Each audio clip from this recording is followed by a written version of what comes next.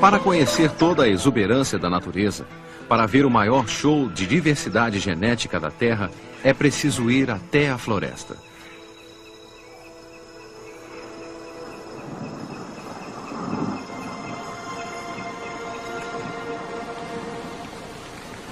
A biodiversidade da floresta tropical é tão grande que até hoje ainda não foi totalmente explorada. Das centenas de milhares de espécies de plantas que crescem aqui, os cientistas só estudaram mais a fundo cerca de 1%. Mais de 50% das espécies animais e vegetais conhecidas no mundo vivem numa área que ocupa só 6% da superfície da Terra. Tamanha concentração de vida na floresta tropical só é possível graças à distribuição dos habitats em diversas camadas, uma versão natural de um arranha-céu. O subsolo úmido e o piso ou andar térreo são seguidos pelo estrato inferior ou sobreloja, pelo estrato médio ou primeiro andar, pelo estrato superior ou piso superior e pela zona emergente, a cobertura. Costumamos pensar que a floresta tropical é um lugar distante de nós, mas estamos todos perto dos seus produtos. Uma entre 4 compras feitas nas nossas farmácias é derivada de uma planta da floresta tropical.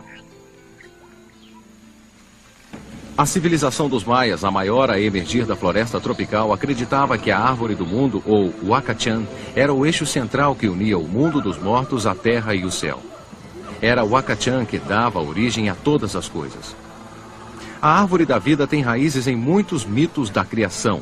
Da história do Jardim do Éden, no Velho Testamento, vem a árvore do conhecimento, cujo fruto foi uma tentação para Adão e Eva. Do budismo vem a árvore do esclarecimento. Foi debaixo de uma figueira que Buda tornou-se um iluminado. Do mesmo modo como as coisas fluíam da árvore do mundo maia, a floresta tropical também tem muito a oferecer ao mundo moderno. Conhecimento. Tentação. Sofrimento. Talvez até uma pontinha de iluminação espiritual.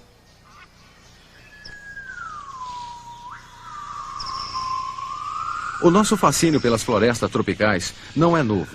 No século XIX, em Palm House, nos Kew Gardens de Londres, foi construída para abrigar plantas tropicais trazidas por exploradores e cientistas.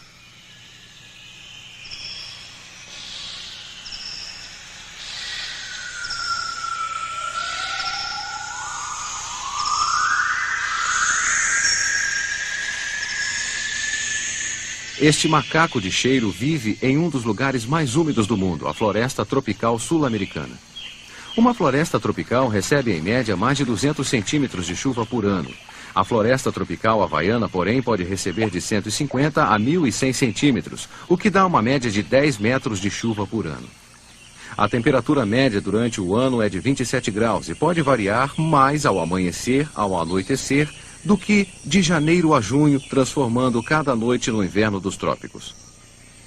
Com tanto calor e umidade, a floresta tropical está constantemente reciclando a sua água, como uma roda d'água gigante que eleva a água até o céu e depois a despeja de novo na terra.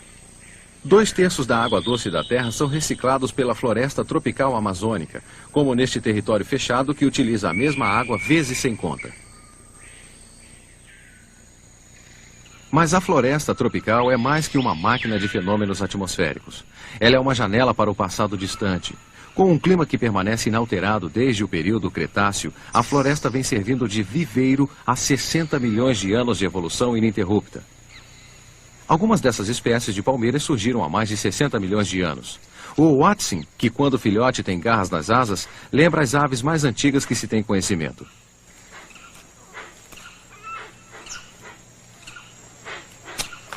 45 milhões de anos atrás, as florestas tropicais cobriam áreas maiores da Terra.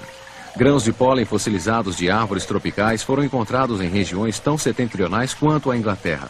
Mas o clima cada vez mais frio da Terra foi empurrando as florestas até sobrar apenas um cinturão verde ao redor. A floresta é um ambiente altamente organizado, onde a evolução proporciona a cada espécie um nicho adequado, onde os animais podem comer, dormir e se reproduzir. Num processo conhecido como coevolução, muitas espécies evoluíram em conjunto, de modo a conquistar benefícios mútuos. Foi este o caso dessa espécie de beija-flor.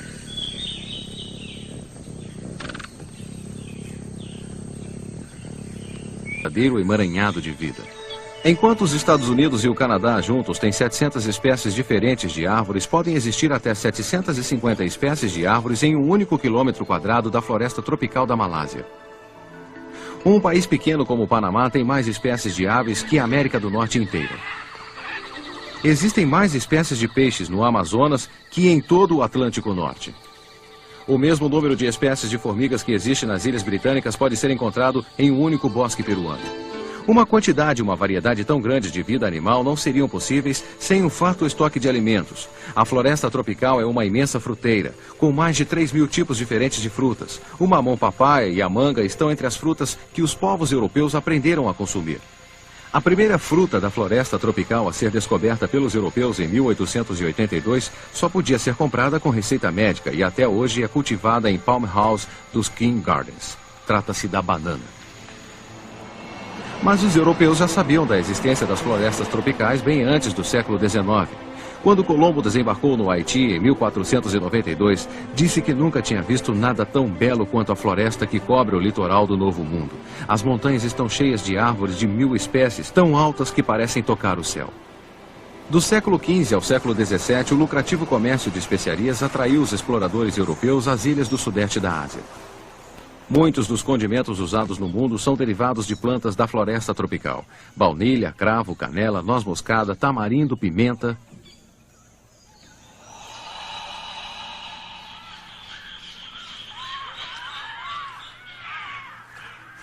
Durante os séculos XVIII e XIX, muitos cientistas trocaram os seus aventais de laboratório por trajes apropriados e começaram a explorar a floresta tropical. Em 1770, um químico inglês descobriu um novo material capaz de apagar traços feitos a lápis. O material foi chamado de borracha. O látex, a base de borracha natural, é o suco leitoso e branco da seringueira. Este suco serve como um mecanismo de defesa contra os animais que gostam de comer a casca da árvore. A borracha, porém, já era conhecida na América Central há milhares de anos. Os maias e os astecas usavam bolas de borracha num jogo semelhante ao basquete atual.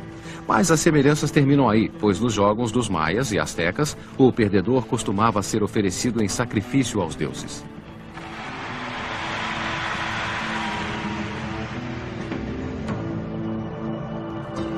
Mergulhando os pés no látex e deixando-os secar, estes dois povos também inventaram os primeiros sapatos de borracha. Mas o melhor tipo de calçado para certas regiões da floresta tropical amazônica são as botas impermeáveis de cano alto.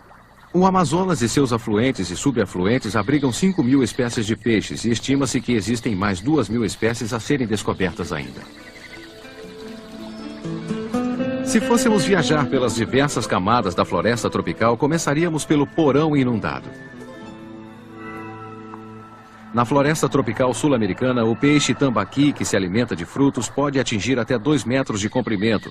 Ele consegue quebrar a casca dura das sementes da seringueira, ajudando na sua dispersão. A preguiça, que desce de vez em quando das árvores para nadar, é o animal terrestre mais lento do mundo. E provavelmente também é o nadador mais lento de todos.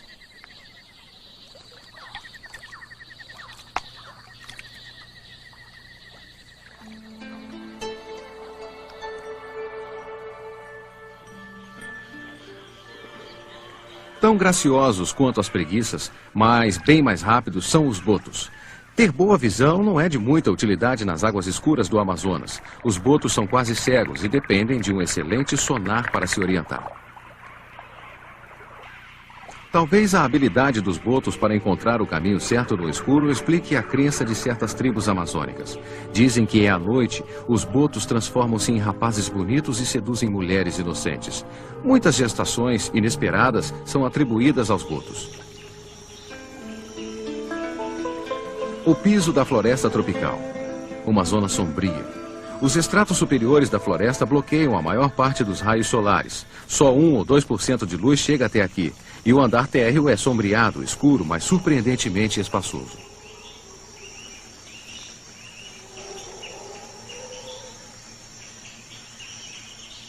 A noção de selva impenetrável data da época em que os primeiros exploradores viajaram de barco pela floresta tropical.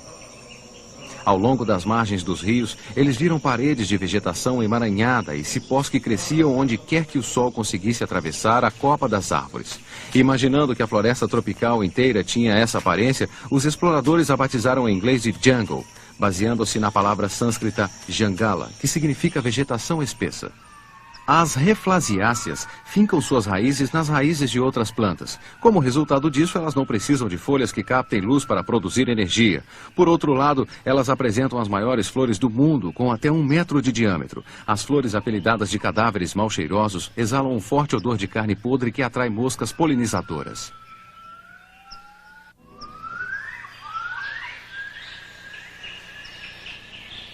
As plantas que crescem no estrato inferior lutam pela luz do sol com suas grandes folhas.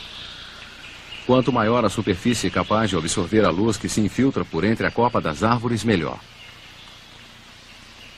Graças à sua habilidade de sobreviver com pouca luz, muitas das plantas que costumamos cultivar dentro de casa são originárias do estrato inferior da floresta tropical.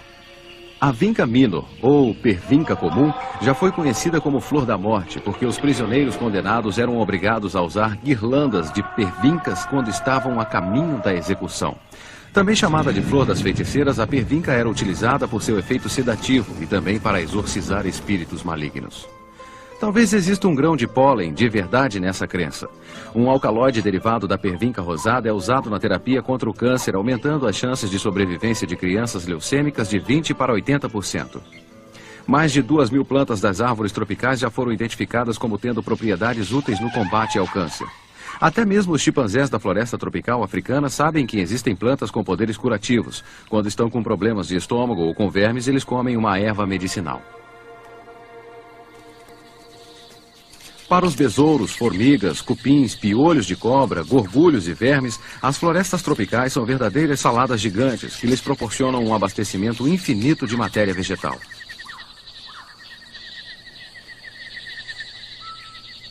Abelhas operárias pousam sobre um lagarto morto. Elas formam apenas um grupo de reconhecimento dentre legiões de outras espécies que patrulham a mesma área à procura de animais mortos. Incentivados pelo calor e pela umidade, fungos e bactérias cumprem a sua função de decompositores, alimentando-se de um estoque constante de matéria orgânica. Estas equipes de faxina são tão eficientes que o chão da floresta permanece relativamente limpo.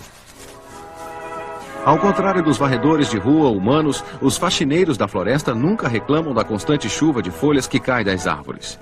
E nunca se cansam de trabalhar.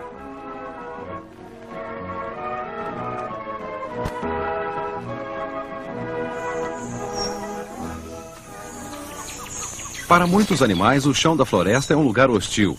Este lêmure de Madagascar, chamado sifaca, desenvolveu braços tão longos para viver nas árvores que, para ele, andar no chão é um sacrifício. Os animais que vivem no chão da floresta são os que têm menos predadores, como é o caso desse tigre da Índia, o maior felino das florestas.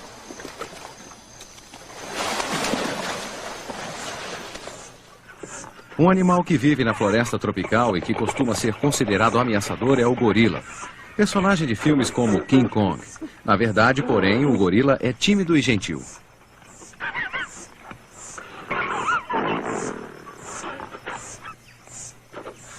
Se o gorila das montanhas tem algum traço de agressividade, é apenas em relação aos vegetais. Sua dieta inclui 50 tipos diferentes de plantas. Uma fêmea adulta come até 20 quilos de broto de bambu por dia.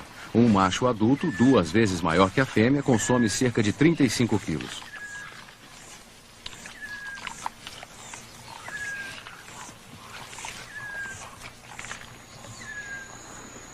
Embora os macacos de cheiro visitem o chão, eles passam a maior parte da sua vida nas árvores, em grupos que reúnem de 10 a várias centenas de indivíduos.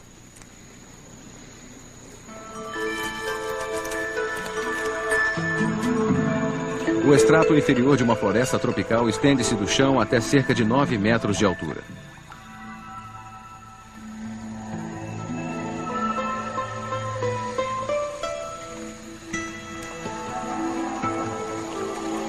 Aqui em cima, a água pode ser encontrada nas bromélias, cujas folhas funcionam como reservatórios de água de chuva. Algumas bromélias contêm até 7 litros de água. Estes microhabitats servem como bebedouros e abrigam rãs arborícolas, salamandras, besouros, plateumintos, moscas, aranhas e até caranguejos. Os microhabitats também servem como berçários para as larvas de insetos e ovos de rã. Quando um chimpanzé decide que é hora de dormir, vai até o estrato inferior e faz uma cama de folhas frescas.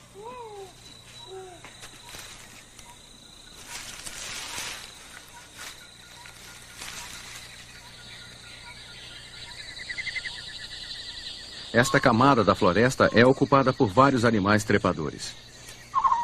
Társios, ai-ais, lores,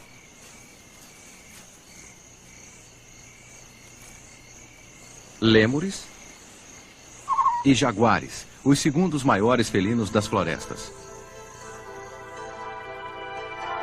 O jaguar era adorado pelos índios da América Central.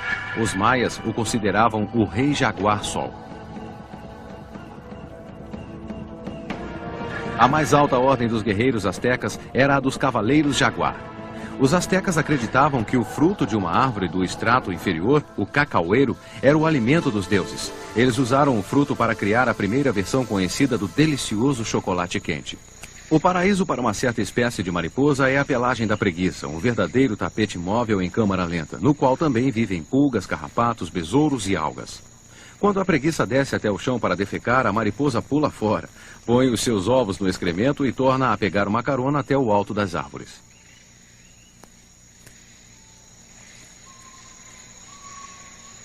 A mais popular dança de interdependência da floresta. Assim como existe abundância de polinização da floresta, existe também uma grande fartura de dispersão de sementes. As árvores frutíferas dependem das aves, morcegos e outros animais para que as suas sementes se dispersem. É importante atrair os dispersadores de sementes, por isso as árvores das florestas tropicais costumam produzir frutos bem coloridos.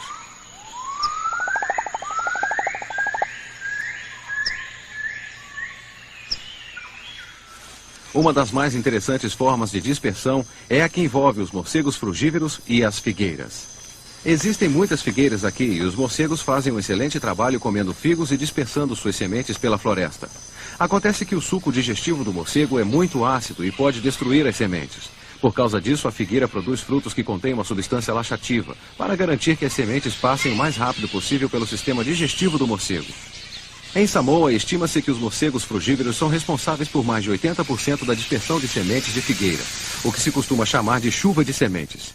Talvez a mais famosa figueira de todas seja a figueira estranguladora. Ela lança raízes adventícias sobre uma árvore hospedeira até envolvê-la por completo, sufocando a vítima dentro de um caixão vivo.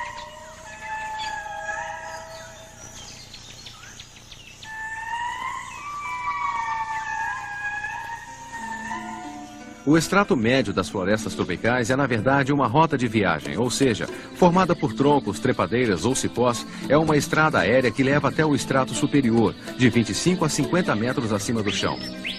Os cipós não gastam energia desenvolvendo troncos grossos. Eles usam as árvores como suporte subindo depressa do chão até o extrato superior, onde produzem suas próprias folhas, flores e frutos. Tarzan, o mais famoso viajante do extrato médio, balançava-se no ar usando cipós, não mais ligados ao chão, isto é, ele usava cipós mortos. De todos os primatas, são os gibões que têm os braços mais longos, o que lhes permite balançar e saltar de uma árvore para outra com facilidade. Em contraste com os gibões, que não têm cauda, estão os animais que possuem cauda preênsil, também chamada de quinto membro, como é o caso desse macaco barrigudo. Planar também é um método comum de locomoção no extrato médio. Alguns animais de pele membranosa, como rãs, arborícolas e esquilos, planam muito bem. No sudeste da Ásia existe até uma cobra arborícola planadora. Ela achata o corpo e consegue planar até 50 metros.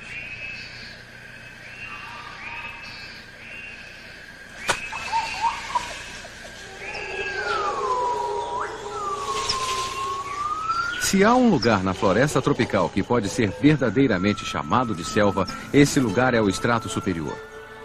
É lá que são revelados os maiores poderes das florestas tropicais. O estrato superior, uma espessa camada verde que capta 99% da luz, é responsável por 90% da fotossíntese de uma floresta tropical. O estrato superior também é uma estação bombeadora, desenvolvendo grandes quantidades de água para o céu.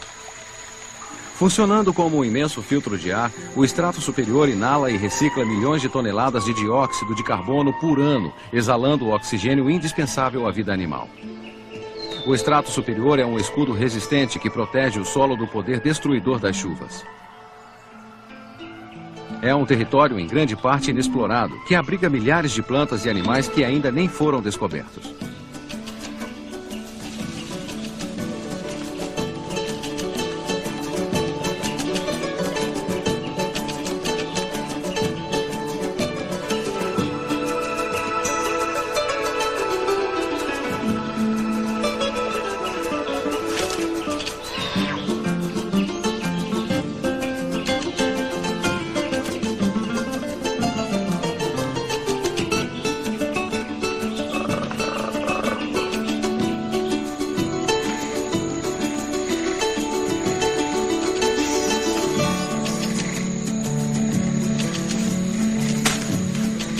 Muitas espécies passam a vida toda em cima, no alto, sem jamais tocar o chão.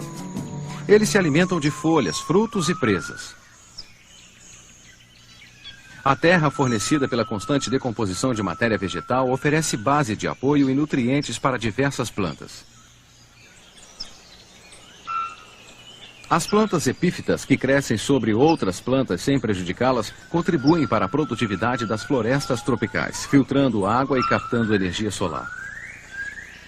Para muitos insetos, essa planta carnívora amarela, assediada, é um bebedouro no qual jamais conseguirão sair.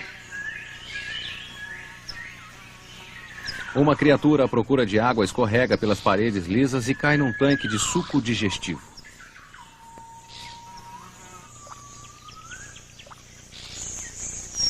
Algumas plantas carnívoras assediadas têm 30 centímetros de profundidade e podem conter até 2 litros de líquido.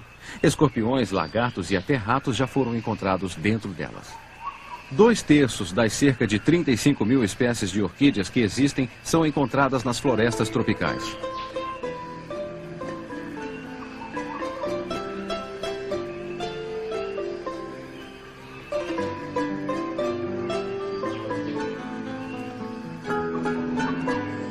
O louva-a-Deus orquídea adaptou-se para não ser visto. Perfeitamente camuflado, ele fica à espera de uma vítima. E o que não faltam são vítimas. Calcula-se que o estrato superior de uma floresta tropical abrigue mais de 100 mil espécies de insetos.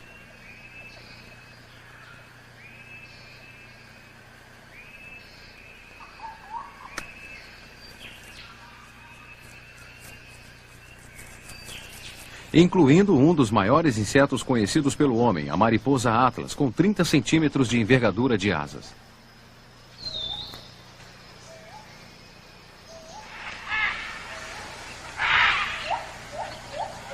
No que se refere aos centros de comunicação da floresta, as linhas estão sempre ocupadas.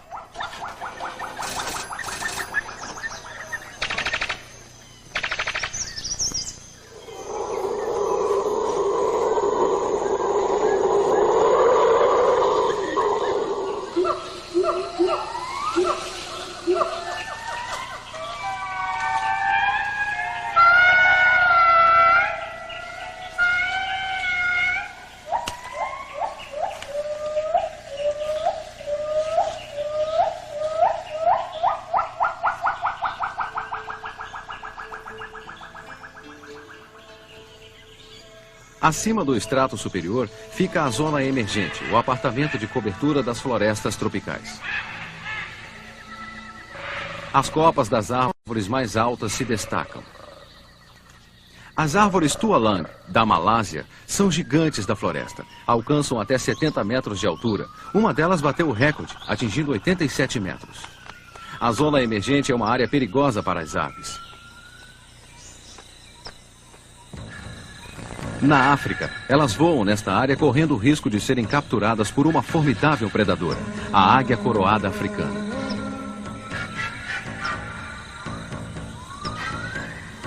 Exímia caçadora, essa águia pode arrebatar uma ave ou até mesmo um macaco alojado numa árvore.